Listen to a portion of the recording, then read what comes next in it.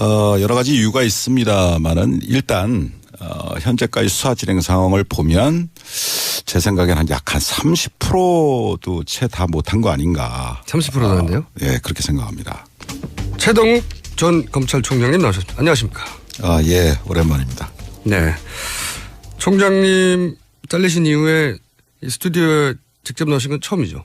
예, 처음입니다. 네. 앞으로는 자주 있을 예정으로. 저 혼자 생각 중인데. 백수 생활을 오래 하셔서 그런지 피부가 아주 좋으세요. 네, 마음 잘 다스리고 네. 뭐 그림도 그리고 잘 치는 덕분이라고 생각합니다. 네, 아주 얼굴 좋으신데 요 인터뷰를 하고 나서도 계속 얼굴이 좋아질지는 잘 모르겠습니다. 제가 스튜디오에 모시려고 진짜 한 10고 초려 정도 했거든요. 10고 초려. 네. 자, 드디어 모셨습니다. 먼저 이 질문부터 드리겠습니다. 이 박근혜 정부와 국정원 댓글 수사를 하시다가 부딪히셨죠. 그러니까 청와대 말을 안 들은 거죠. 수사 의지를 너무 강력하게 보이시다가 처참하게 잘리신 분인데 최근에 이 박근혜 최순실 게이트를 보면서 어떤 느낌이 드시는지 간단한 소회부터 먼저 한마디 해 주십시오. 네, 제가 갑자기 검찰총장을 일상의 이유로 그만둔 이후에 많은 자성의 시간을 보내왔었습니다. 그런데 최근 최순실 국정농단 사태 이전에는 검찰 돌아가는 걸 보면서 뭐 우라가 치밀 때도 있고 많은 걱정이 되기도 했었습니다. 그런데 특검이 가동되고 또 특검이 본격 수사를 나서는 걸 보면서 국민 여러분들께서도 마찬가지시겠지만은 많은 위로도 되고 또 경우에 따라서는 안타까울 때도 있고 그렇습니다. 위로가 되신다는 건 기본적으로 특검이 잘하고 있다는 얘기겠죠? 네, 저는 그렇게 생각을 합니다. 자, 그러면 과연 이 분야의 전문가가 맞는지 얼마나 이 분야에 계시는지 잠깐 제가 먼저 짚어보면 검찰이 되신 게 나이가 언제셨죠? 그때? 예, 군 복무 3년 마치고 29살에 서울지검 검사로 임관을 했습니다. 29살에. 예. 그리고 확 잘리신 게? 총장 6개월 하고. 6개월? 예, 2013년 9월 30일자로 퇴직을 했는데 그때가 55살이었습니다. 29년. 제가 알기로는 헌정사상 최단기 검찰총장이었어요. 6개월. 6개월 검찰총장을 하셨고 그런 배경 지식을 가지시고요. 그러니까 사회생활 하시고 검찰에만 계신 거죠? 쭉. 네. 그리고 백수 3년 했습니다. 많이 들으셨어요, 방송이. 자, 먼저 이제 특검 연장. 특검 연장돼야 된다고 많이들 얘기하는데 검찰총장 정도 돼본 사람이 특검 연장이 왜 돼야 되는지 말하는 걸 들어본 적이 없거든요. 검찰총장까지 해보신 분으로서 특검은 연장돼야 된다. 이유가 뭡니까? 첫 번째. 여러 가지 이유가 있습니다만은 일단 현재까지 수사 진행 상황을 보면 제 생각에는 약 한 30%도 채 다 못한 거 아닌가. 30%도 안 돼요? 예, 그렇게 생각합니다. 여러 가지 이유가 있습니다만은 일단 현재까지 수사 진행 상황을 보면 제 생각에는 약 한 30%도 채 다 못한 거 아닌가. 30%도 안 돼요? 예, 그렇게 생각합니다. 한 반쯤 된 게 아니라 30%도 안 되는 겁니까? 예, 그걸 뭐 말씀으로만 드릴 것이 아니고 특검법의 그 수사 대상을 간단히 짚어서 말씀드리면 구체적 수사 대상이 14개 항목이 있고 또 마지막 15호에서는 그 수사 과정에서 인지된 관련 사건까지 모두 15가지를 수사하도록 되어 있습니다. 근데 그 중에서 1호 청와대 문건 유출 사건, 또 6호 정유라의 이화여자대학교 불법 입학, 또 7호 정유라의 승마훈련 지원, 또 8호 불법적 인사조치 의혹, 14호 김영재 성형외과 의혹 사건, 이 5가지 하고 또 마지막 15호에 수사 과정에서 인지한 블랙박스 사건. 블랙리스트죠? 예, 블랙리스트. 총장님. 예. 블랙리스트 사건. 네, 총장님. 예. 네, 블랙박스 아니고요. 예. 블랙리스트 사건. 그래서 김기춘 전 비서실장과 조현선 장관이 구속됐습니다만은 네. 그런 일련의 사건 수사 과정에서 참 짧은 기간 동안 놀라울 만한 수사 성과를 올렸다고 생각을 합니다. 이런 부분에 대해서는 국민 여러분들께서도 정말 많은 칭찬을 아끼시지 않아도 좋으리라고 봅니다. 특검이 짧은 시간에 비해서는 정말 성과를 많이 낸 게 맞긴 맞죠. 총장님 보시기에도. 그렇습니다. 예. 그런데 이제 우리가 매일 보도를 보다 보니까 사건 파악이 많이 됐고 수사가 많이 진행된 것 같지만 총 15개 중에 5개 플러스 1 이 정도 진행이 됐다. 아직 그러니까 10개 항목은 제대로 시작도 안 된 거네요. 예, 그렇고요. 그렇고 그 진행된 부분에 대해서도 예. 사실 이번 그 최순실 국정농단 사태의 핵심은 재벌과 권력 간의 불법 유착 비리 그리고 그것을 가능하게 했던 그 공무원들의 비호 방조에 대한 처벌 문제지 않습니까? 그래서 특검의 수사 대상이 먼저 재벌들과 권력 간의 뇌물수수 의혹과 관련된 3, 4, 5호 다음으로 이런 국정농단을 가능하게 했던 우병우 등 관련 공무원들의 직무유기나 직권남용 등 방조 비호 의혹과 관련된 90호 그 큰 두 덩어리가 주된 요체입니다. 그런데 그 재벌 권력과 재벌 유착과 관련해서는 잘 아시다시피 삼성 이재용 부회장 영장 기각으로 인해서 3주간 또 수사가 많이 딜레이 됐고 나아가서 삼성 이외에도 SK라든가 롯데라든가 CJ라든가 이런 여타 재벌들에 대해서도 많은 뇌물수 의혹이 제기되지 않았습니까? 진도가 딱 막혔어요. 영장 기각되면서. 그런 부분에 대해서는 전혀 지금 수사를 진척할 수 있는 여유가 없었던 것 같고 그다음에 그 무엇보다도 이런 국정농단을 가능하게 했던 그 비호 의혹과 관련해서 우병우 등 그 관련 공무원들에 대한 사건이 뭐 아직 시작도 안 했고 막 그거는 이제 시작 단계 아닌가 뭐 그렇기 때문에 결국 실질적으로 봐도 30% 이상은 진척됐다고 보기가 어렵다. 그렇군요. 듣고 보니까 그런데 그래서 이 영장 기각이 굉장히 크게 특검의 수사를 방해하는 건데 자 그럼 이제 대형 사건 수사도 하셨고 검찰총장도 하셨고 그런 경험을 총망라해서 비춰볼 때 이 정도 규모의 복합적인 사건이면 얼마의 인력이 지금은 20명이거든요.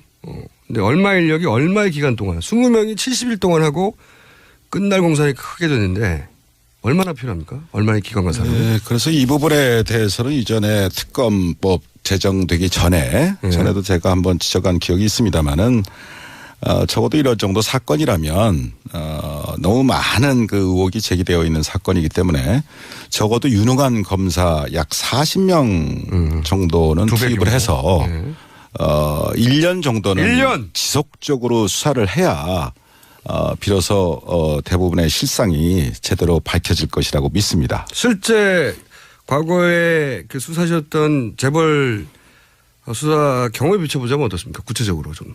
네.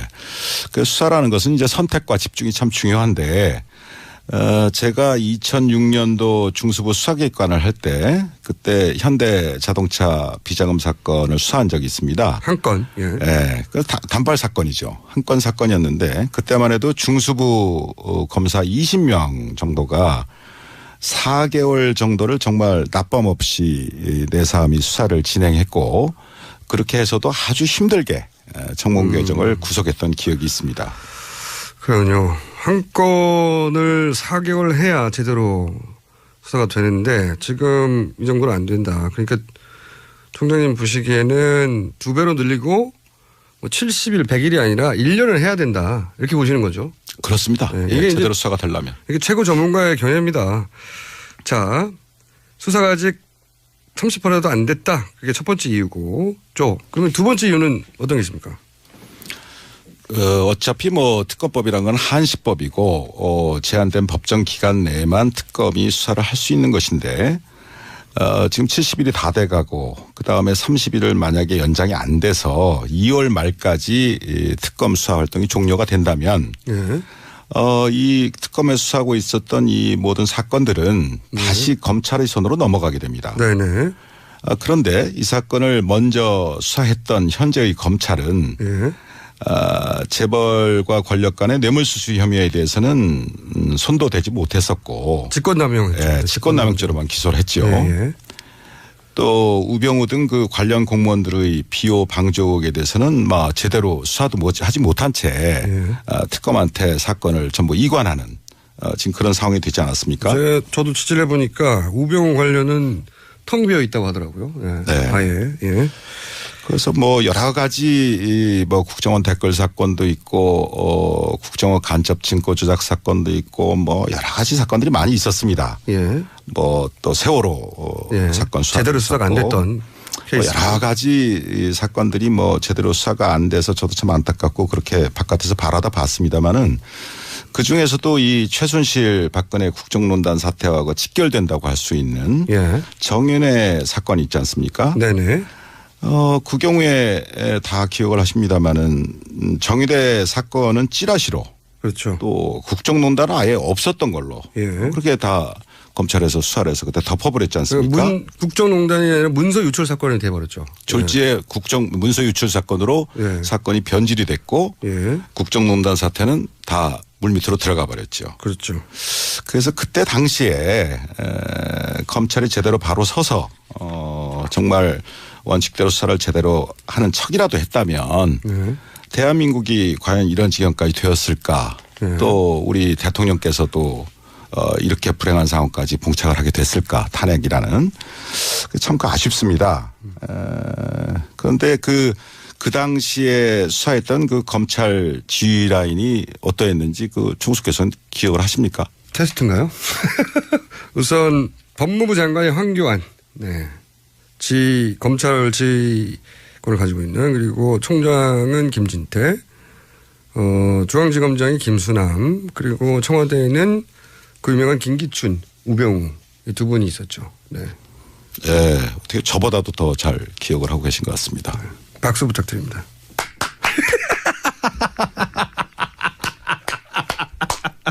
자, 박수 받았고요. 칭찬 받았고. 그런데요.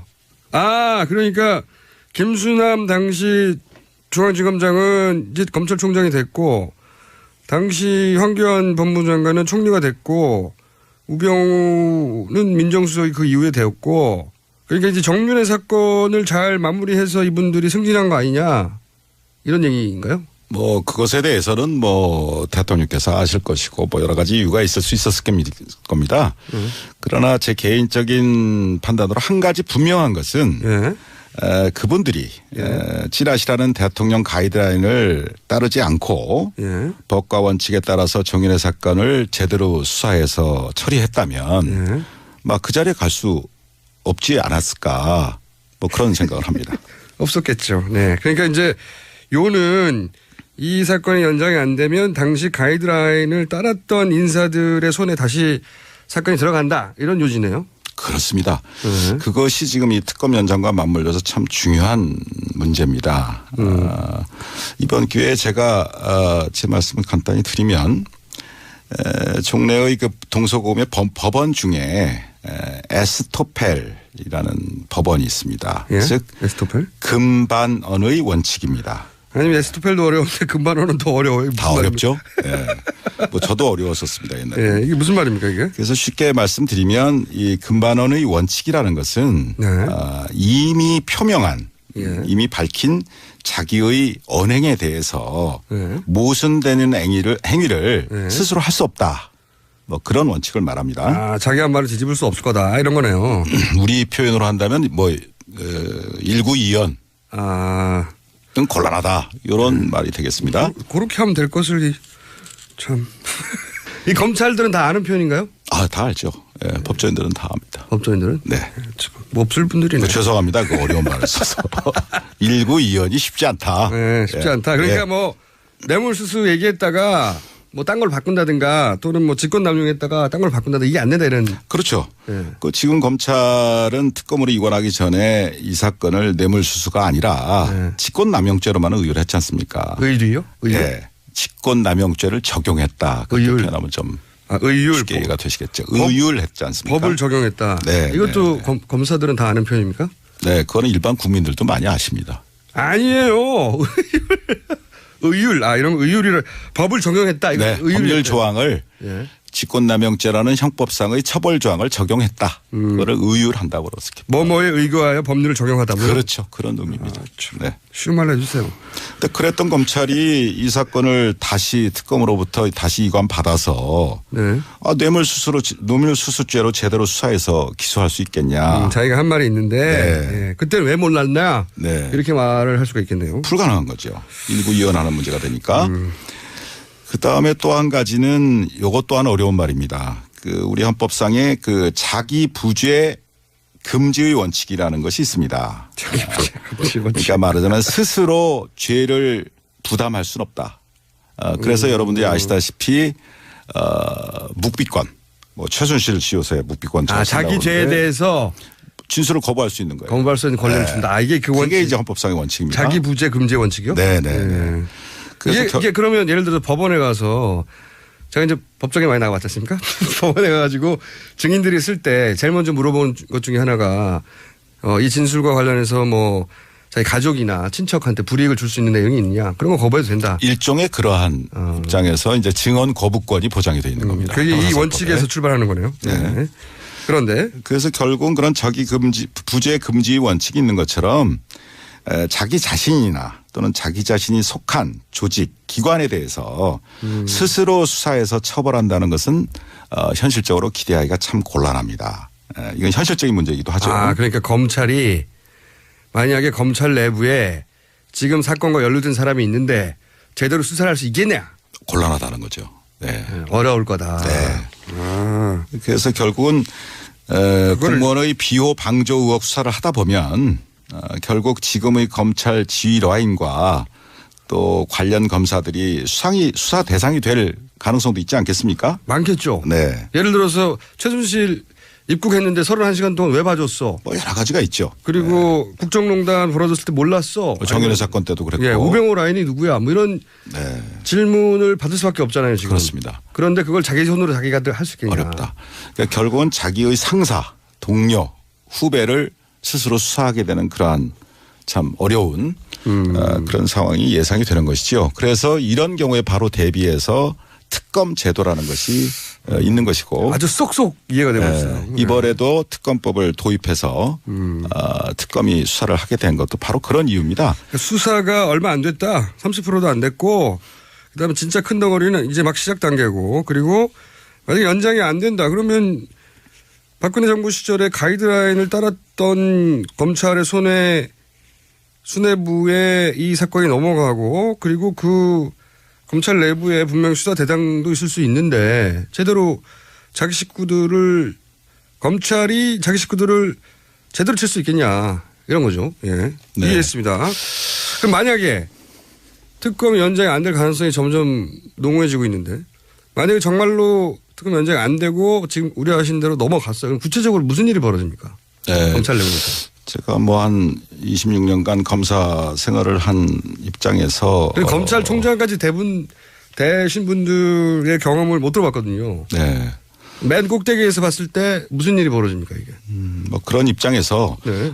국민 여러분들의 어떤 이해를 돕기 위해서 간단히 좀 말씀을 드려보겠습니다. 네. 잘 아시다시피 그 특검의 지위는 법적으로 독립되어 있지 않습니까?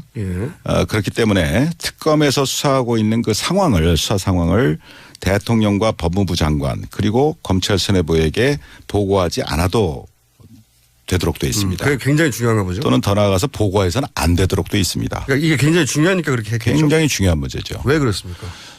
수사를 하다 보면 가장 중요한 것은 수사 기밀의 유지입니다. 그렇겠죠. 수사 기밀의 유지고 또 수사 기밀이 유출이 되면 그 수사와 관련된 이해 관련자들이 여러 가지 측면으로 작용을 하게 됩니다. 증거를 조작하거나 인멸하거나 뭐 대답을 준비하거나 또 압력을 넣는다거나 뭐 여러 가지 문제가 있기 때문에 그 부분이 굉장히 중요한 것인데 특검법은 이제 그걸 보장하고 있는 거죠. 독립성을. 그런데 특검 이전의 검찰로 다시 돌아가게 되면 그때그때의 수사 상황이 비호 방조 의혹을 받고 있는 황교안 대행이나 또 김수남 총장에게 보고되겠죠. 당연히. 그렇게 되고 또 보고돼야 되는 게 검찰 체계죠 지금. 네. 중요한 사항에 대해서는 보고를 하도록 되어 있습니다. 또 현대 검찰 내에 그대로 존재하고 있는 왜 검찰 인사가 없었지 않습니까? 우병우 라인이 예를 들면 그대로 있다는 거죠. 네. 김기춘 우병우 라인을 통해서 수사 정보가 유출될 우려도 얼마든지 있다고 봅니다. 우려가 있는 게 아니고 그 당연하겠네요. 사실은 뭐 안 물어볼 수 없고 물어보면 답해야 한다는 거 아닙니까? 뭐 당연한 건 알지 몰라도 그런 현실적 우려는 충분히 있습니다. 쉽게 얘기해서 수사 대상인 박근혜 또 최순실 측도 예. 경우에 따라서는 구체적인 수사 진행 상황을 알게 될 가능성도 배제할 수가 없습니다. 그렇게 드라이하게 말씀하셨는데 박근혜 대통령 입장에서는 알아야 되겠죠. 물어봐야 되겠네요. 당연히. 예, 상식적으로 보자면. 그렇게 알게 되면은 수사검사한테 압력이 내려갑니까? 네, 뭐 그렇게 되면 경우에 따라서는 수사를 방해하는 가이드라인이 다시 작동할 수도 있고 또 거꾸로 수사검사들에게 영향과 압박이 내려가게 될 것이고 뭐 한마디로 의혹 대상자들이 수사를 지휘하는 참 웃지 못할 그러한 특검 이전의 상황으로 돌아갈 수 있다는 것이죠. 속속 이해가 되고 있습니다. 요컨대 비리 방조 의혹을 받고 있는 바로 그 공무원들이 수사를 지휘하게 된다면 자신들의 의혹은 축소 은폐하려고 하는 것이 당연한 본능 아니겠습니까? 당연하겠죠. 또 그러기 위해서라도 권력과의 유착이 드러나고 있는 삼성을 비롯한 재벌들과도 은밀히 협조해서 뭐 증거 인멸한다든가 증거를 뭐 그런 현실이 얼마든지 벌어질 수도 있다 이런 얘기입니다. 뭐 그렇게 해가지고 무슨 수사가 제대로 되겠습니까? 듣고 보니까 심각하네요. 듣고 보니까 당연히 일어날 수 있는 일들이고 실제 검찰총장이 되시면서 26년간 검찰 내부에 있으면서 이런 경우를 경험하신 거죠. 자, 계속해서 이제 이런 말씀하셨어요. 그 비호 방조 의혹이 있는 공무원들이라고 이제 드라이하게 표현하셨는데 이게 바로 예를 들면 우병우 라인이나 이런 걸 의미하시는 것 같은데 만약에 검찰 내부에서 여전히 살아있다고 생각하시는 그 라인 이름이 어떻게 됩니까? 갑자기 훅 들어가는 거죠. 그게 바로 아까 자기 부재 금지 원칙에 따라서 제가 진술을 거부할 수가 있습니다. 아니 근데 이미 잘리신 분으로서 예를 들어서 이 분들에 대한 짐작이 있으신 거잖아요. 그죠? 짐작이 있지만 지금 말씀하실 수 없다는 거잖아요. 그렇죠. 뭐 제가 전직 검찰총장으로서 그런 부분에 대해서 구체적으로 검역을 한다든가 그런 것은 적절치 않다고 생각하고요. 아니 저는 적절하다고 생각하는데요. 국민들께서 다 아시는 바 아니겠습니까? 몰라요. 이거는 검찰만 알지. 자, 성함을 말씀해 주실 수 없으면 지금 곤란해서 예를 들어서 지금 걱정하신 대로 특검이 연장이 안 되고 이것이 다시 부역을 했던 사람들의 손으로 넘어갔다. 이런 사태가 벌어지면 그때는 나와서 그분들에 대해서 이런 분들이라고 최소한 성이라도 이렇게 말씀해 주실 추가적인 인터뷰를 한 번 더 하시죠. 그러면 그때. 하시는 거 봐서 생각해 보겠습니다. 방송감이 굉장히 늦었어요. 하시는 거 봐서. 자, 그러면은 저는 풍경을 방정하게 유지하면서 총장님한테 잘 보여서 반드시 추가 인터뷰를 제가 따내는 것으로 약속드리겠습니다. 자, 잠깐 중간 정리를 하면 특검 연장 왜 해야 되느냐. 아직도 출발 단계다 수사. 이거 하려면 1년 해야 된다. 제대로 하려면. 그리고 연장 안 되면 다시 가이드라인 시절로 돌아간다. 그 손으로. 그러면 제대로 수사될 리가 없다. 그리고 실시간으로 수사 상황이 수사 대상자들에게 넘어갈 수도 있고 당연히 박근혜 최순실 이쪽에도 넘어가서 제대로 수사되지 않고 과거에 우리가 겪어왔던 사건들처럼 유야무야 끝날 수도 있다. 그런 심각한 우려 아주 설득력 있습니다. 저희가 이제 총장님을 잘 모셨다고 저 스스로 저를 칭찬하고요. 자, 근데 시간이 저희가 벌써 2부 시간이 다 됐네요. 여기서 잠깐 끊고 저희가 최동욱 전 검찰총장 만나고 있습니다. 끊고 8시 10분에 다시 3부에서 돌아오겠습니다.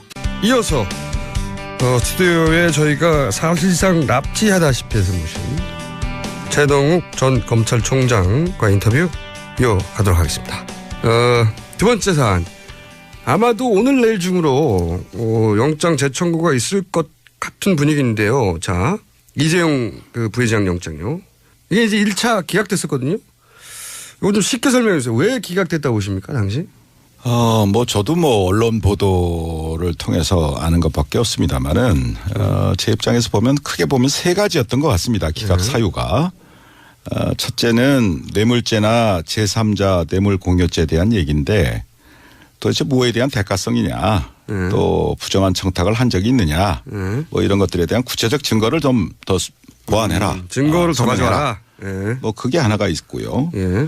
그다음에 또 하나는 이 사건 진행 과정에서 뭐 대통령과의 독대 문제라든가 또 미르재단 또 정유라에 대한 삼성 지원 문제가 삼성 합병 이후의 일 아니냐.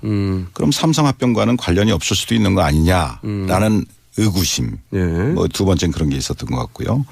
그다음에 세 번째는 조사와 관련된 문제인데 대개 뇌물수수죄의 경우에 있어서는 뇌물 공여자와 뇌물 수수자를 동시에 처리를 합니다. 예. 그런데 이 사건의 경우에 있어서는 대통령께서 검찰에서 조사를 거부했고 예. 또 지금도 뭐 밀고 당기고 진행 중인 걸로 알고 있습니다만 안 하실 것 같아요. 아직까지 특검에서도 조사에 응하지 않고 계시지 않습니까? 그래서 법원 입장에서는 이런 부분 즉 뇌물수수 혐의를 받고 있는 대통령에 대한 조사가 아직 이루어지지 않지 않았느냐라는 지적. 이게 특검 세 책임 가지였던 것 같습니다. 특검 책임은 아니잖아요. 물론이죠. 네, 물론이죠. 특검은 최선을 다하고 있다고 봅니다. 그러면 요거는 이제 법원에서 기각한 이유를 이제 추정하신 건데 이렇게 기각하는 게 맞습니까? 어떻게 보세요? 평생 검찰 하신 분으로서. 물론 뭐 법원의 판단에 대해서 제가 가타부타 언급을 하는 것은 뭐 적절치 않습니다. 하실 거면서. 그러나 제 경험에 비추어서 네. 하실 거죠? 비추어서 가타부타. 간단한 제 생각을 말씀드리겠습니다. 네. 자, 가타부타 시작됩니다. 권력과 재벌이 유착된 이런 대형 사건들의 경우에는 통상적으로 장기간에 걸친 치밀한 계획 아래 합법의 가면을 쓰고서 공조직 등의 다양한 채널을 동원해서 입체적으로 이루어지게 됩니다. 이것은 경험상 그렇습니다. 또 더 나아가서 사후에 말하자면 어떤 뇌물수건이 있었는데 네. 사후에 문제가 생겼을 경우에도 그 과정에서 벌어진 개별적인 행위들은 전부 합법적이고 공적이고 하는 그런 탈을 쓰게 됩니다.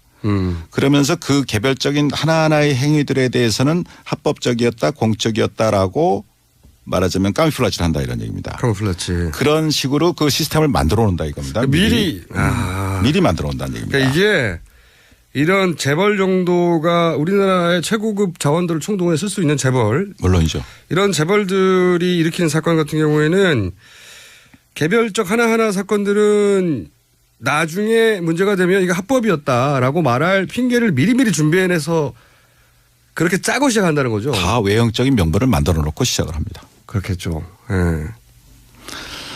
그렇기 때문에 그런 사건을 일상적으로 우리 주변에서 일어나는 소소한 어떤 그런 단순 뇌물 사건의 관점에서 바라다 보게 되면 그 실체에 부합되는 제대로 된 법적 평가나 처벌이 결코 가능하지 않습니다. 불가능합니다. 그러니까 뭐 동네 그 공무원들하고 동네에서 공무원들과 뭐 돈 몇 푼 주고받았든가 이런 사건들처럼 취급하면 안 된다는 거죠, 이거는. 예를 들면 뭐 음주운전 봐줄 테니까 100만 원 줄게. 이런 사건하고 완전히 다르다는 얘기입니다. 완전히 다르다. 네.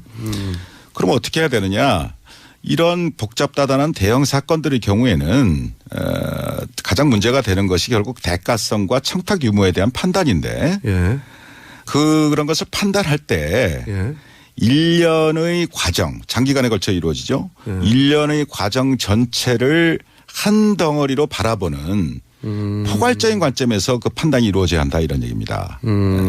뭐 그래야 비로소 그 실체에 근접한 판단이 가능하게 되고 그렇기 때문에 바로 도입된 것이 포괄적 뇌물수수죄 법리고 포괄적. 뭐 여러 차례에 걸쳐서 우리 대법원에서도 판례로 확립된 입장이기도 합니다. 그러니까 이런 재벌 사건 같은 경우에는 개별 행위는 이미 공무원들이 동원되거나 뭐 하면서 합법적인 틀을 쓰고 있기 때문에 개별 따지면 소용이 없고 전체적으로 볼 때 뭐 지난 2, 3년간 진행된 전체적인 과정을 볼 때 포괄적으로 이것은 뇌물수수로 봐야 하고 그래야 밝혀지는 거기 때문에 대법원도 이미 그렇게 정리해 둔 거라는 거죠. 네, 그걸 뭐 제가 예를 조금 돕기위해서 말씀드린다면 네.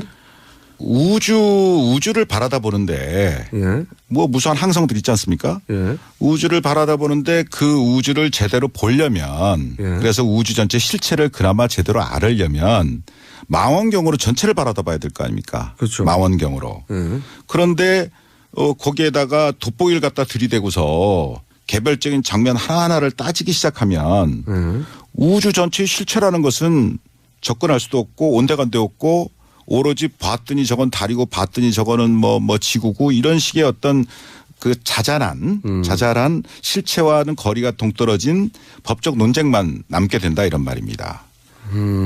한마디로 말씀을 드리면 우리가 하늘에 있는 달을 보더라도 돋보기를 들이대고 달을 보려면 그 달이 제대로 보이겠습니까? 망원경으로 봐야지. 이제 그런 의미입니다. 비유 좋은데요. 네. 박수. 그러니까 법원이 논쟁이라고 삼는 부분들이 이 재벌 연관 사건의 기준에 보자면 이런 식으로 하면 안 된다. 이 전체 큰 틀을 봐야 되는데 이런 문제 지적을 하신 거고 아주 설득력 있습니다. 이런 얘기를 역시 검찰총장이 돼야 할 수 있는 건가요? 제가 듣고 싶었던 답변이에요. 이게 그래서 문제다. 그러면 지금 영장을 어쨌든 재청구합니다. 하는 것 같아요. 오늘 내일 그런 분위기예요. 하겠죠. 근데 이번에도 기각되면 어떡하죠? 글쎄요. 그 법원 입장에 대해서는 뭐 미리 예단할 수는 없다고 생각을 합니다. 그러나 제 수사 경험으로 보면 재벌 사건의 경우에는 사건을 파면 팔수록 관련 증거들이 눈덩이처럼 불어나는 게 일반적입니다. 워낙 광범위하게 그렇습니다. 했기 때문에 연루된 게 많고 또 장기간에 걸쳐서 진행이 됐고 연루된 기관도 많고 사람들도 많기 때문에 그런 부분들이 시간이 가서 파면 팔수록 다 튀어나온다는 얘기입니다. 일부지만. 네. 그 예를 들면 이번 사건의 경우에도 언론 보도를 보면 안정범 수석의 그 최근 수첩이 39건이 추가로 압수됐다는 거 아니겠습니까? 제가 이걸 종범 실록이라고 부르고 있거든요. 그래요. 약간 비웃으시는 느낌인데요? 말을 잘 만들어내시는 것 같아서. 총장님 여기서 박장대소 해 주셔야 되는데 어허허 이렇게 하시면 종범 실록. 예. 또 최근에 금감이나 또 공정위에 대한 압수수색도 있었던 걸로 알고 있는데 아마 그런 과정에서 많은 물적 증거를 추가로 확보를 했을 겁니다. 또 더 나아가서 관련자들을 뭐 누굴 조사했는지 모르겠습니다만 많은 사람들을 추가로 조사했을 것이고 그래서 만약에 이번에 특검이 이정부 회장에 대한 영장을 재청구한다면 관련 소명 자료에 대해서 충분히 보완이 더 돼서 소명에 자신 있지 않느냐. 뭐 그런 걸 의미한다고 봅니다. 근데 기각되면요? 글쎄요. 예. 여기서 김 빠지게 글쎄요가. 아니 그러니까 이럴 경우에는 예를 들어서 재벌의 영향력, 법원의 독립성 이런 걸 의심해 봐야 된다. 이렇게 대답해 주셔야 되는 거 아닙니까? 글쎄요. 뭐 기각이 될지 안 될지 모릅니다만은 만에 하나 기각이 된다면 그거는 이재용 부회장 본인이나 삼성 그리고 나아가서 국가 경제에도 썩 좋은 영향을 미치라고 생각되지 않습니다. 아니 결과 말고 왜 기각됐냐. 이게 잘리신 마당에 백수신데 이거는 그냥 논평해 주시죠. 만약에 기각됐다. 그럼 뭐라고 봐야 되냐. 어떻게 생각하는 거를 다 말씀을 드리겠습니까? 그러면 아까 한번 이야기 나왔듯이 연장이 안 되면 플러스 특검 연장이 안 되면 플러스 영장이 기각되면 이것도 그때 나오셨을 때 이렇다면 바로 이런 것이다라고 인터뷰를 한 번 더 해 주십시오. 하시는 거 봐서 생각해 보겠습니다. 너무 깐깐하시네. 나오신다고 하시지. 자, 저는 약속 받은 걸로 하겠습니다. 자, 그러면은 해석은 자유십니다. 아마 나오시게 될 겁니다. 마침 또 에버랜드 수사를 하신 적이 있잖아요. 그때 그 구속 기소도 하신 걸로 기억하는데 에버랜드 사건과 지금 이번 삼성 사건과는 같은 거 아닙니까? 결국은? 그 당시에 제가 2003년도에 서울지검 특수 2부장을 할 때 에버랜드 사건을 공소시효 임박해서 처리한 적이 있습니다. 예. 물론 그 당시에도 여러 가지 많은 안팎의 어려움이 있었기 때문에 구속 못했습니다. 구속 못하셨어요? 구속 못했고 당시에 에버랜드 사장하고 경영지원본 실장인가 그 임원하고 그 두 분만 공소시효 문제 때문에 공소시효 문제 때문에 일단 분리 기소를 해서 이건희 등 나머지 주요 공범들에 대한 공소시효를 정지한 적이 있습니다. 그만큼 어렵구나. 상당히 어려운 겁니다. 삼성은 워낙 재벌 상대 수사라는 것이. 근데 뭐 오래된 일이지만 거기에 대해서 한번 제가 이번 삼성물산과 제일모직 합병권 관련한 사건과 차이점 에버랜드 사건의 차이점에 대해서 한번 좀 저 혼자 생각을 좀 해봤습니다. 본질적인 차이가 있습니다. 두 사건에는. 그래요? 네. 어떻게 있습니까? 물론 삼성그룹의 지배권을 승계시키거나 강화한다는 측면 또 그로 인해서 경제적인 이득을 봤다는 면 뭐 그런 것은 공통점이 있습니다. 그렇죠. 그래서 같아 보이는데. 그러나 에버랜드 사건의 경우는 우선 삼성 계열사 그러니까 삼성그룹 내부죠. 삼성 계열사와 그 투자자들만 손해를 본 사건입니다.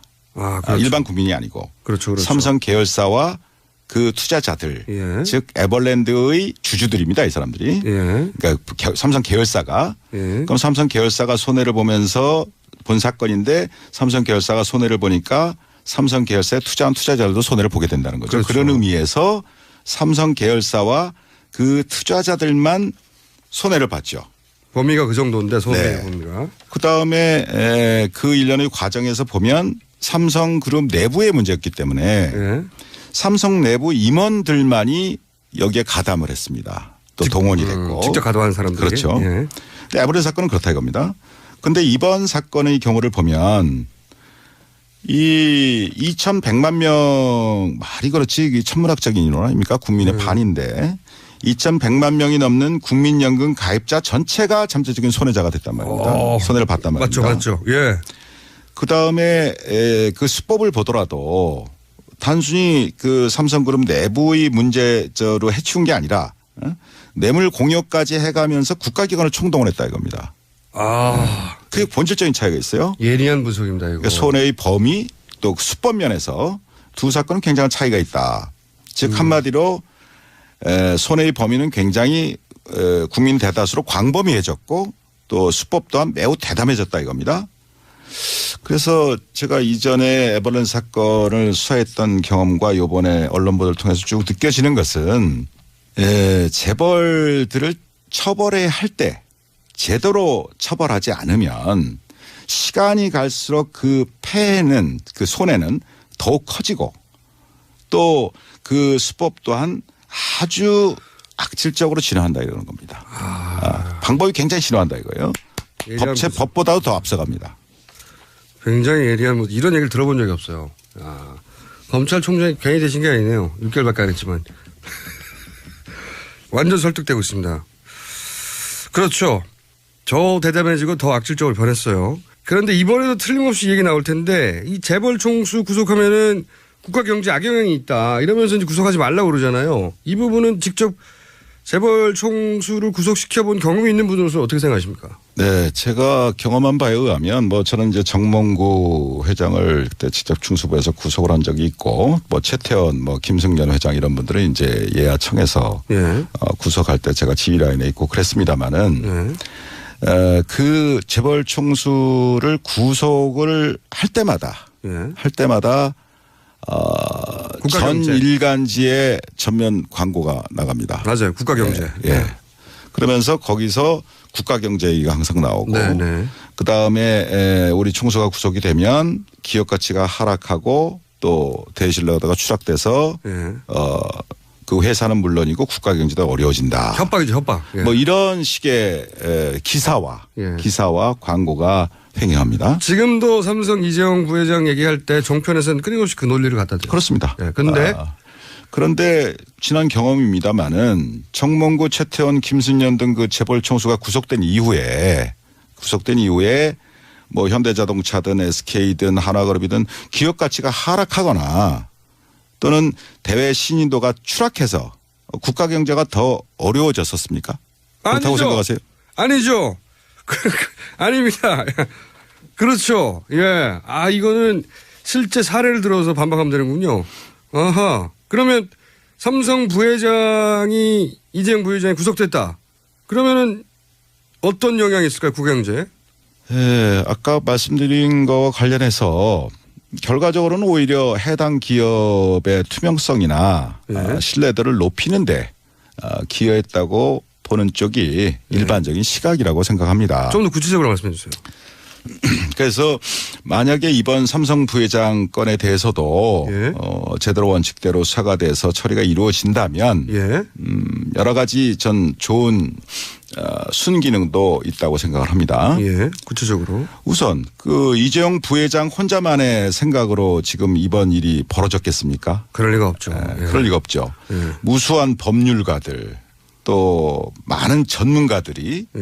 오랜 연구와 기획 또 경우에 따라서는 조직적인 로비들이 예. 있었기 때문에 가능한 거 아니겠습니까? 당연히 그렇겠죠. 예. 예. 지금 사건을 드러나는 거 봐도 온갖 사장단들이 왔다 갔다 하고 그랬잖아요, 독일에. 예. 그럼요. 예. 그런데 예를 들면 이재용 부회장이 원칙대로 구속이 된다면 예. 삼성 내부에서도 예. 다시는 이런 식의 발상이나 시도는 엄두도 못 내는 상황이 될 거다 이런 얘기입니다. 그래서 뭐 그렇게 해도 된다고 조언했던 사람들은 다 잘려 나갈 것이고 오히려 삼성 경영진 내부에서는 앞으로 총수를 보호하기 위해서라도 좀 더 합법적이고 윤리적인 방향으로 나가야 되겠다라고 하지 않겠냐 이런 얘기입니다. 그랬을 때 결과적으로는 삼성이라는 그 글로벌 기업 입장에서 보면 예. 결국은 삼성이 좀 더 투명해지고 합법적인 기업이 되고 또 신뢰를 받는 기업으로 더 새로 태어나는 그런 계기가 되지 않겠냐. 삼성을 위해서 더 좋다. 네, 그렇습니다. 이거 종편 얘기 나오면 이거 틀어줘야 되겠다 이거. 완전 설득력 있습니다. 그리고요. 그다음에 그 우리나라에서 삼성이라는 그 위치가 있지 않습니까? 있죠. 1등. 그럼 어떻게 보면 재벌 전체를 선도하고 뭐 그런 부분도 있지 않습니까? 제1기업이기 때문에. 예. 그랬을 때 다른 삼성 이외의 다른 재벌들도 이 삼성그룹의 사건이 어떻게 처리가 되느냐 그런 부분을 굉장히 예의주시하게 되어 있습니다. 그렇죠. 삼성이 안 되면 우리도 뭐 안 되겠네. 이렇게 그렇죠. 생각하죠. 예. 그렇죠. 제가 말씀드릴 걸 먼저 말씀하시네요. 그래서 이재용 부회장의 구속은 예. 우리나라 재벌들 나머지 재벌들 전체에게도 큰 시그널을 보낸다 이겁니다. 정경유착은 삼성 부회장 한 사람 구속으로 해결될 수도 있겠네요 이게.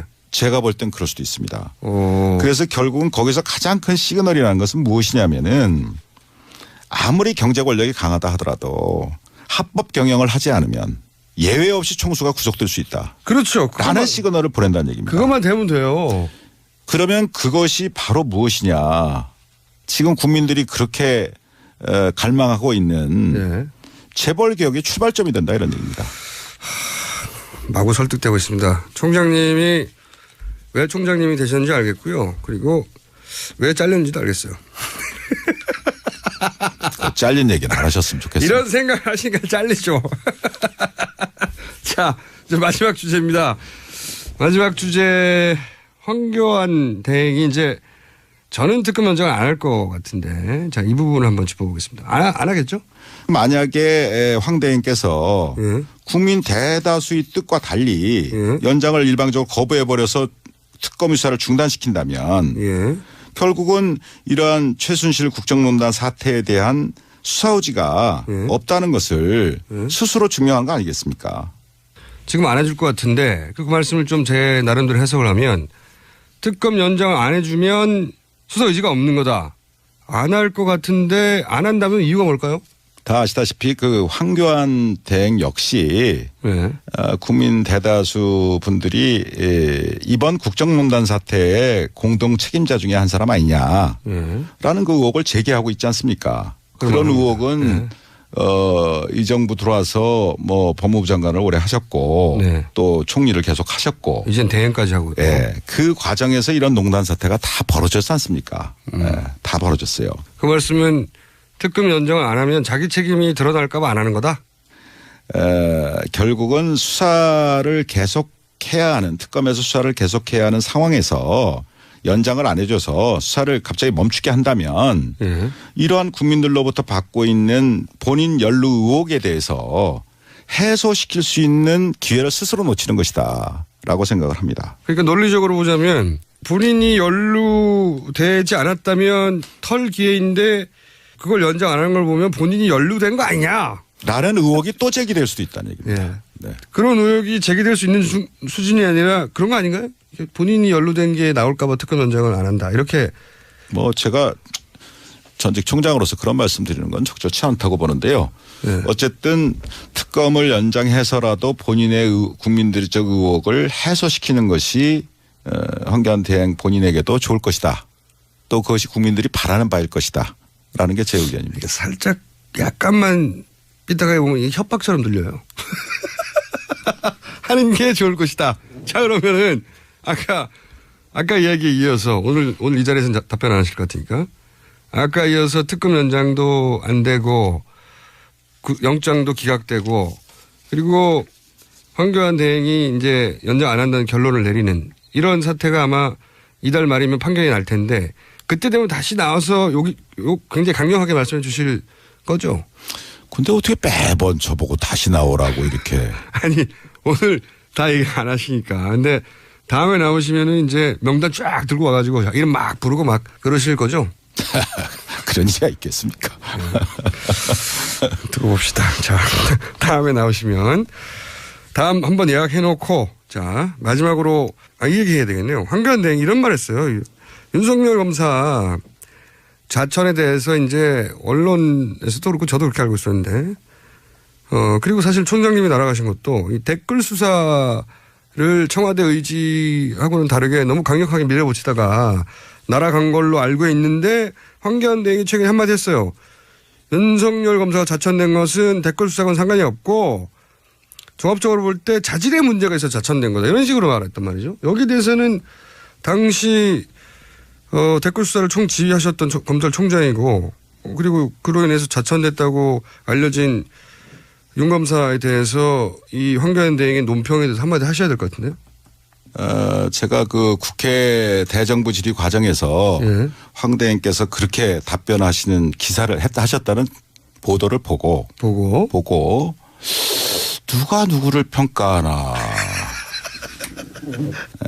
이 윤석열 검사는 제가 뭐 오래 전부터 뭐 같이 근무도 하고 데려두고도 일하고 뭐 지휘도 하고 또 마지막으로 제가 이제 국정원 댓글 사건 수사팀장으로 임명도 하고 그래서 수사하다가 저는 이제 일신상에서 먼저 나가고 그랬습니다만은 본인 그런 오랜 그 오래 겪어본 그 선배 입장에서 생각을 한다면 뭐 제 나름대로 평가를 하고 싶은 생각도 듭니다. 뭐라고 평가하시겠습니까?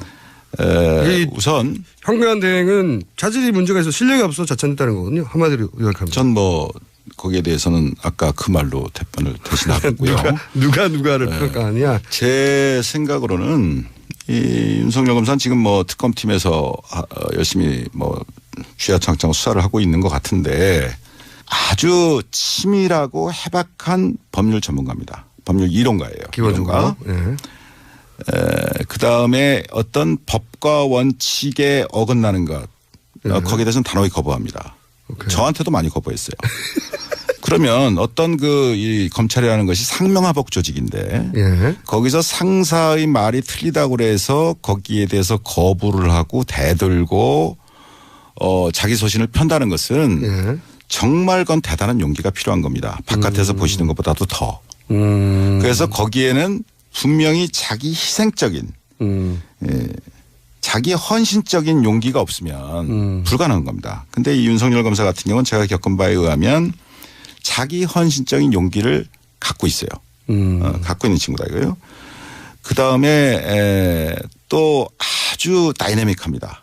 신중하면서도 다이내믹해서 말하자면 예리한 칼잡이다. 그래서 한마디로 제가 말씀드린다면 문무를 겸비한 훌륭한 검사다. 문무를 겸비한. 문무를 겸비한 훌륭한 검사다. 뭐 그런 표현을 하고 싶습니다. 자, 무슨 말씀인지 잘 알았고요. 자, 마지막으로 어렵게 스튜디오 직접 나오셨는데 혹시 다음 출연까지는 아직 뭐 한 3주 정도 남았기 때문에 남기고 하실 말씀, 뭐 국민들이 하고 싶은 말씀이나 검찰에게 하고 싶은 이야기. 예, 제가 뭐 간단한 심정을 말씀드리겠습니다.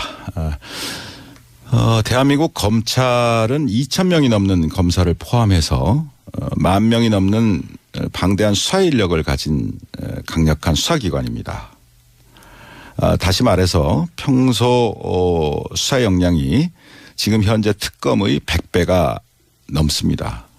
수사 역량 면에서 100분의 1도 안 되는 20명의 특검 검사들이 불과 몇 달이란 짧은 단기간에 이전 검찰의 수사보다는 비교할 수 없을 정도의 성과를 내고 있지 않습니까?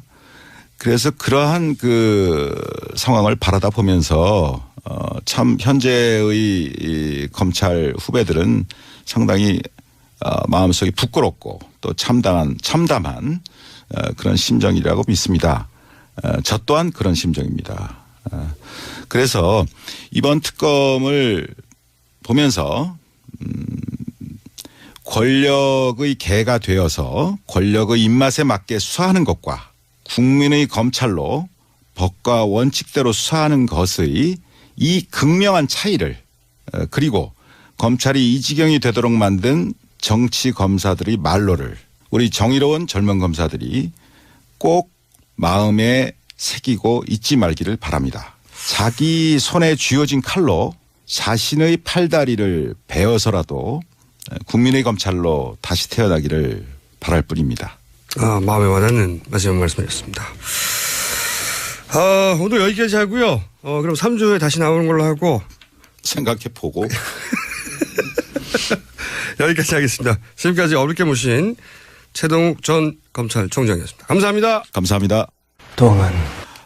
여러 가지 이유가 있습니다만은 일단 현재까지 수사 진행 상황을 보면 제 생각에는 약 한 30%도 채 다 못한 거 아닌가. 30%나는데요? 예, 그렇게 생각합니다. 이외에도 SK라든가 롯데라든가 CJ라든가 이런 여타 재벌들에 대해서도 많은 뇌물수 의혹이 제기되지 않았습니까? 진도가 딱 막혔어요. 이거 정작 기각되면서. 그런 부분에 대해서는 전혀 지금 수사를 진척할 수 있는 여유가 없었던 것 같고 그다음에 그 무엇보다도 이러한 국정농단을 가능하게 했던 그 비호 의혹과 관련해서 우병우 등 그 관련 공무원들에 대한 사건이 뭐 아직 시작도 안 했고 막 그거는 이제 시작 단계 아닌가 뭐 그렇기 때문에 결국 실질적으로 봐도 30% 이상은 진척됐다고 보기가 어렵다. 그렇군요. 듣고 보니까 그런데 그래서 이 영장 기각이 굉장히 크게 특검의 수사를 방해하는 건데 자 그러면 이제 대형 사건 수사도 하셨고 검찰총장도 하셨고 그런 경험을 총망라해서 비춰볼 때 이 정도 규모의 복합적인 사건이면 얼마의 인력이 지금은 20명이거든요. 근데 얼마의 인력이 얼마의 기간 동안 20명이 70일 동안 하고 끝날 공산이 크게 되는데 얼마나 필요합니까? 얼마의 기간과 사람? 네, 그래서 이 부분에 대해서는 이전에 특검법 제정되기 전에도 제가 한번 지적한 기억이 있습니다만은 적어도 이런 정도 사건이라면 너무 많은 그 의혹이 제기되어 있는 사건이기 때문에 적어도 유능한 검사 약 40명 정도는 투입을 해서 1년 정도는 1년? 지속적으로 수사를 해야 비로소 대부분의 실상이 제대로 밝혀질 것이라고 믿습니다. 실제 과거에 그 수사하셨던 재벌 수사 경험에 비춰보자면 어떻습니까? 구체적으로 좀. 네. 그 수사라는 것은 이제 선택과 집중이 참 중요한데 제가 2006년도 중수부 수사기획관을 할 때 그때 현대자동차 비자금 사건을 수사한 적이 있습니다. 한 건. 예. 네. 그 단발 사건이죠. 한 건 사건이었는데 그때만 해도 중수부 검사 20명 정도가 4개월 정도를 정말 낮밤 없이 내사 및 수사를 진행했고 그렇게 해서도 아주 힘들게 청문 과정을 구속했던 기억이 있습니다. 그럼요. 한 건을 4개월 해야 제대로 수사가 되는데 지금 이 정도는 안 된다. 그러니까 총장님 보시기에는 2배로 늘리고 뭐 70일, 100일이 아니라 1년을 해야 된다. 이렇게 보시는 거죠. 그렇습니다. 네, 예, 이게 제대로 수사가 되려면. 이게 최고 전문가의 견해입니다. 자, 수사가 아직 30%도 안 됐다. 그게 첫 번째 이유고. 그러면 두 번째 이유는 어떤 게 있습니까? 어차피 뭐 특검법이란 건 한시법이고 제한된 법정 기간 내에만 특검이 수사를 할 수 있는 것인데 지금 70일이 다 돼가고 그다음에 30일을 만약에 연장이 안 돼서 2월 말까지 이 특검 수사 활동이 종료가 된다면 예. 이 특검에 수사하고 있었던 이 모든 사건들은 다시 검찰의 손으로 넘어가게 됩니다. 네네. 뭐 그런 생각을 합니다. 없었겠죠. 네. 그러니까 이제 요는 이 사건이 연장이 안 되면 당시 가이드라인을 따랐던 인사들의 손에 다시 사건이 들어간다. 이런 요지네요. 그렇습니다. 그것이 지금 이 특검 연장과 맞물려서 참 중요한 문제입니다. 이번 기회에 제가 제 말씀을 간단히 드리면 종래의 그 동서고금의 법원 중에 에스토펠이라는 법원이 있습니다. 예? 즉 에스토펠? 금반언의 원칙입니다. 아니면 에스토펠도 어려운데 금반언은 더 어려워요. 다 어렵죠. 예. 뭐 저도 어려웠었습니다 옛날에. 예, 이게 무슨 말입니까 이게? 그래서 쉽게 말씀드리면 이 금반언의 원칙이라는 것은 네. 이미 표명한 예. 이미 밝힌 자기의 언행에 대해서 네. 모순되는 행위를 네. 스스로 할 수 없다. 뭐 그런 원칙을 말합니다. 자기 한 말을 뒤집을 수 없을 거다 이런 거네요. 우리 표현으로 한다면 뭐 일구이연 등 곤란하다 이런 말이 되겠습니다. 그렇게 하면 될 것을 참. 이 검찰들은 다 아는 표현인가요? 다 알죠. 예, 법조인들은 다 압니다. 법조인들은? 네. 참, 몹쓸 분들이네. 죄송합니다. 그 어려운 말을 써서. 일구이연이 쉽지 않다. 네, 쉽지 않다. 그러니까 뭐 뇌물수수 얘기했다가 뭐 딴 걸 바꾼다든가 또는 뭐 직권남용했다가 딴 걸 바꾼다든가 이게 안 된다 이런. 그렇죠. 네. 그 지금 검찰은 특검으로 이관하기 전에 이 사건을 뇌물수수가 아니라 네. 직권남용죄로만 의율 했지 않습니까? 의율이요? 의율? 네. 직권남용죄를 적용했다. 그렇게 의율. 표현하면 좀 의율. 쉽게 이해가 되시겠죠. 의율했지 않습니까? 법을 적용했다. 네. 이것도 검사들은 다 아는 표현입니까? 네. 그거는 일반 국민들도 많이 아십니다. 아니에요. 의율. 이런 의율이를 법을 적용했다. 이거 네. 법률 조항을 예. 직권남용죄라는 형법상의 처벌 조항을 적용했다. 그거를 의율한다고 그렇습니다. 뭐뭐에 의거하여 법률을 적용하다고요? 그렇죠. 그런 의미입니다. 네. 쉬운 말로 해주세요. 근데 그랬던 검찰이 이 사건을 다시 특검으로부터 다시 이관 받아서 네. 뇌물수수죄로 제대로 수사해서 기소할 수 있겠냐. 자기가 한 말이 있는데 네. 예. 그때는 왜 몰랐냐 네. 이렇게 말을 할 수가 있겠네요. 불가능한 거죠. 일구이연하는 문제가 되니까. 그다음에 또 한 가지는 이것 또한 어려운 말입니다. 그 우리 헌법상에 그 자기 부죄 금지의 원칙이라는 것이 있습니다. 그러니까 말하자면 스스로 죄를 부담할 수는 없다. 그래서 여러분들이 아시다시피 묵비권, 뭐 최순실 씨요새 묵비권 자기 죄에 대해서 진술을 거부할 수 있는 거예요. 거부할 수 있는 권리를 준다. 이게 그 원칙. 그게 이제 헌법상의 원칙입니다. 자기 부재 금지 원칙이요? 네네. 그래서 이게 그러면 예를 들어서 법원에 가서 제가 이제 법정에 많이 나가봤지 않습니까? 법원에 가가지고 증인들이 있을 때 제일 먼저 물어본 것 중에 하나가 이 진술과 관련해서 뭐 자기 가족이나 친척한테 불이익을 줄 수 있는 내용이 있느냐 그런 거 거부해도 된다. 일종의 그러한 입장에서 이제 증언 거부권이 보장이 되어 있는 겁니다. 그게 이 원칙에서 출발하는 거네요. 네. 그런데 그래서 여러 가지 이유가 있습니다만은 일단 현재까지 수사 진행 상황을 보면 제 생각에는 약 한 30%도 채 다 못한 거 아닌가. 30%도 안 돼요? 예, 그렇게 생각합니다. 최동욱 전 검찰총장님 나오셨습니다. 안녕하십니까? 예, 오랜만입니다. 네. 총장님 잘리신 이후에 이 스튜디오에 직접 나오신 건 처음이죠? 예, 처음입니다. 네. 앞으로는 자주 있을 예정으로. 저 혼자 생각 중인데. 백수 생활을 오래 하셔서 그런지 피부가 아주 좋으세요. 네, 마음 잘 다스리고 네. 뭐 그림도 그리고 잘 치는 덕분이라고 생각합니다. 네, 아주 얼굴 좋으신데 요 인터뷰를 하고 나서도 계속 얼굴이 좋아질지는 잘 모르겠습니다. 제가 스튜디오에 모시려고 진짜 한 19초려 정도 했거든요. 19초려. 네. 자, 드디어 모셨습니다. 먼저 이 질문부터 드리겠습니다. 이 박근혜 정부와 국정원 댓글 수사를 하시다가 부딪히셨죠. 그러니까 청와대 말을 안 들은 거죠. 수사 의지를 너무 강력하게 보이시다가 처참하게 잘리신 분인데 최근에 이 박근혜 최순실 게이트를 보면서 어떤 느낌이 드시는지 간단한 소회부터 먼저 한마디 해 주십시오. 네, 제가 갑자기 검찰총장을 일상의 이유로 그만둔 이후에 많은 자성의 시간을 보내왔었습니다. 그런데 최근 최순실 국정농단 사태 이전에는 검찰 돌아가는 걸 보면서 우라가 치밀 때도 있고 많은 걱정이 되기도 했었습니다. 그런데 특검이 가동되고 또 특검이 본격 수사를 나서는 걸 보면서 국민 여러분들께서도 마찬가지시겠지만은 많은 위로도 되고 또 경우에 따라서는 안타까울 때도 있고 그렇습니다. 위로가 되신다는 건 기본적으로 특검이 잘하고 있다는 얘기겠죠? 네, 저는 그렇게 생각을 합니다.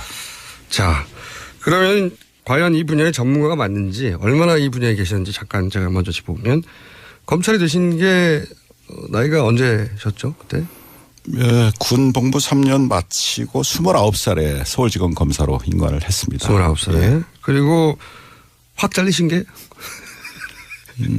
총장 6개월 하고. 6개월? 예. 2013년 9월 30일자로 퇴직을 했는데 그때가 55살이었습니다. 29년. 제가 알기로는 헌정사상 최단기 검찰총장이었어요.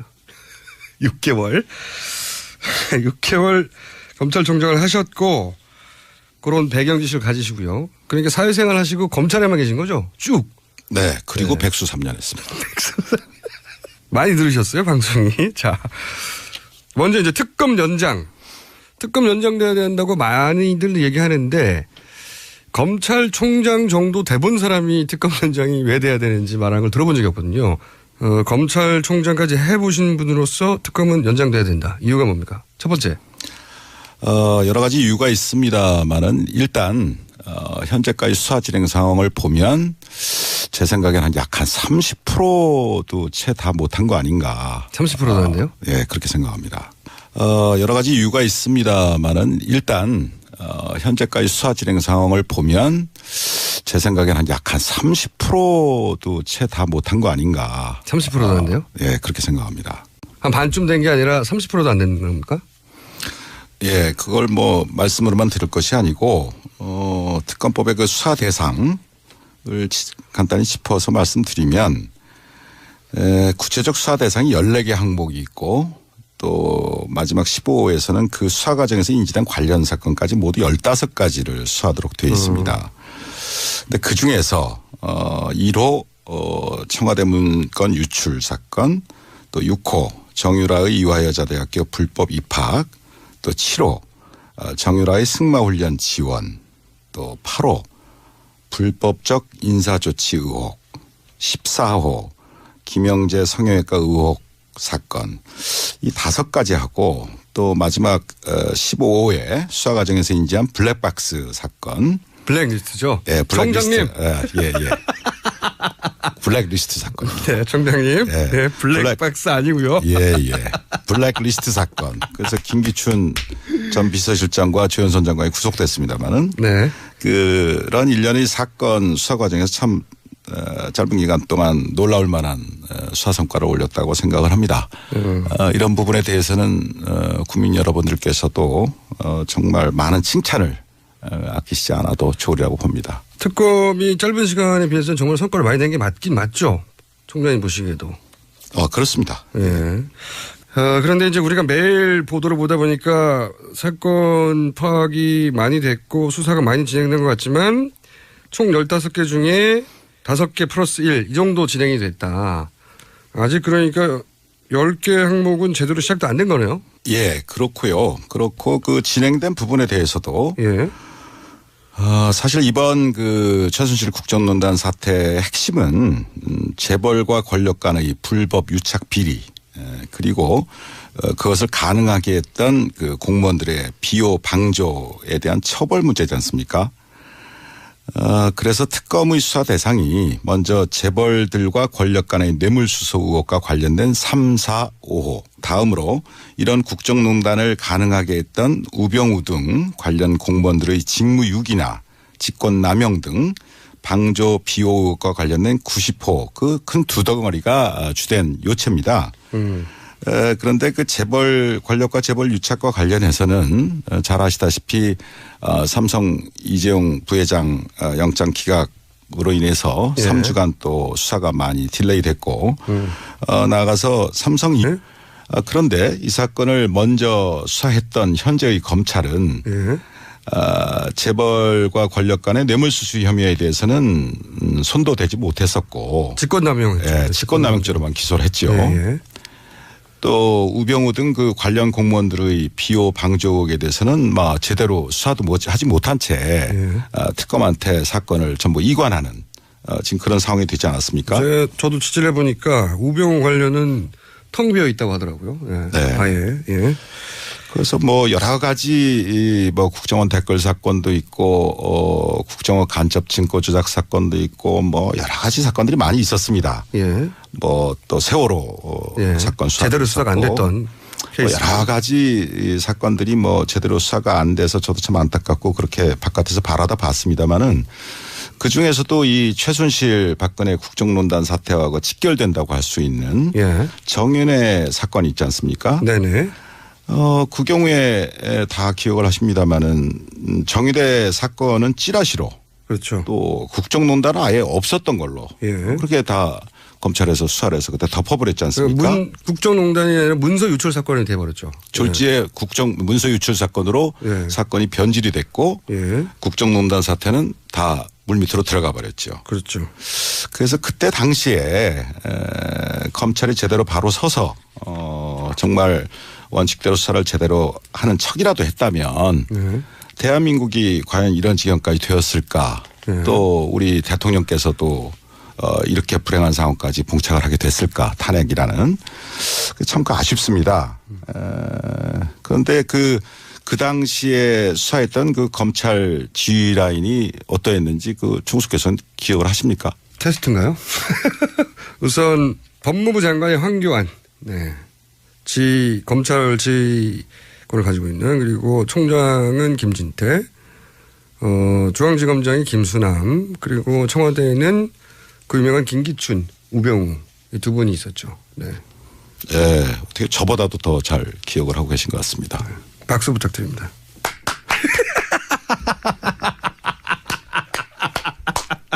자, 박수 받았고요. 칭찬 받았고. 그런데요. 그러니까 김수남 당시 중앙지검장은 이제 검찰총장이 됐고, 당시 황교안 법무장관은 총리가 됐고, 우병우는 민정수석이 그 이후에 되었고, 그러니까 이제 정윤회 사건을 잘 마무리해서 이분들이 승진한 거 아니냐, 이런 얘기인가요?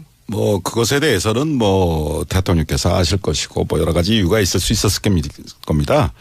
그러나 제 개인적인 판단으로 한 가지 분명한 것은 그분들이 찌라시라는 대통령 가이드라인을 따르지 않고 법과 원칙에 따라서 정윤회 사건을 제대로 수사해서 처리했다면 그 자리에 갈 수 없지 않았을까.